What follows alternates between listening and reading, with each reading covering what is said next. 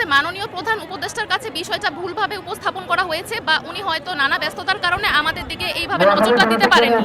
তো মূলত আমরা ওনার দৃষ্টি আকর্ষণ করতেই চাচ্ছি। আমার পূর্ণ বিশ্বাস উনি ব্যাপারটাকে মানবিকভাবে বিবেচনা করবে।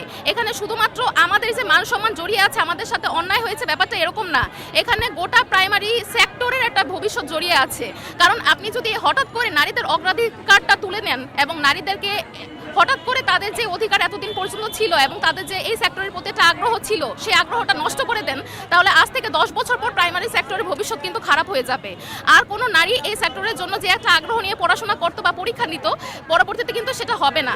এবং আমার মনে হয় যে কোনো অভিভাবকই চাইবে না তার মেয়ে সন্তানকে এমন একটা স্কুলে ভর্তি করাতে যে স্কুলে 10 জন পুরুষ টিচার, 2 জন নারী টিচার বা কোনো নারী টিচারই নেই।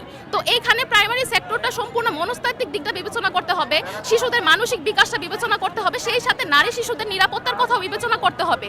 তো সব দিক বিবেচনা করে বাংলাদেশে যারা বিজ্ঞ ব্যক্তি ছিল তারা কিন্তু এই বিধিমালাটা প্রস্তুত করেছিল। এটা কিন্তু শুধুমাত্র এই কারণে নয় যে নারীরা মেধাবী না বা নারীরা পরীক্ষায় পাশ করতে পারবে না, কারণ আমরা কিন্তু রিটার্নের সময় কোনো রকম কোটা অ্যাপ্লাই হয়নি। আর এইখানে প্রাইমারি যেই 19 বিধিমালা সেটা কিন্তু কোনো কোটা ইস্যু না, সেটা সম্পূর্ণভাবে নারীদেরকে অগ্রাধিকার দেওয়া হয় যেভাবে অন্যান্য বিভিন্ন সেক্টরে পুরুষদের অগ্রাধিকার দেওয়া হয় তাদের ফিজিক্যাল স্ট্রেংথের কারণে। ডিফেন্স বলেন, পুলিশ বলেন, এবং কিছুদিন আগে যে কারারক্ষীর একটা সার্কুলার এসেছে আপনি দেখবেন যে 75% পুরুষ কোটা, সেটা নিয়ে কিন্তু আমাদের কোনো অভিযোগ নেই, কারণ আমরা এটা বিশ্বাস করি আমরা ওই জবের জন্য ফিজিক্যালি ফিট না। তো ওই জবের জন্য যদি পুরুষরা ফিজিক্যালি ফিট হয়ে থাকে আপনারা মানসিক সক্ষমতাকে সম্পূর্ণভাবে ইগনোর করে যাচ্ছেন। একটা প্রাইমারি স্কুলের জন্য অবশ্যই একজন পুরুষের চেয়ে নারী বেশি ফিট, এটা আপনাদের স্বীকার করতে হবে। এবং বিভিন্ন বিষয় আছে এখানে, খুঁটিনাটি বিষয় থেকে শুরু করে অনেক কিছু আছে, এবং নারী শিক্ষার্থীদের নিরাপত্তার বিষয় আছে, যেই জন্য নারী শিক্ষিকা বেশি প্রয়োজন হয়।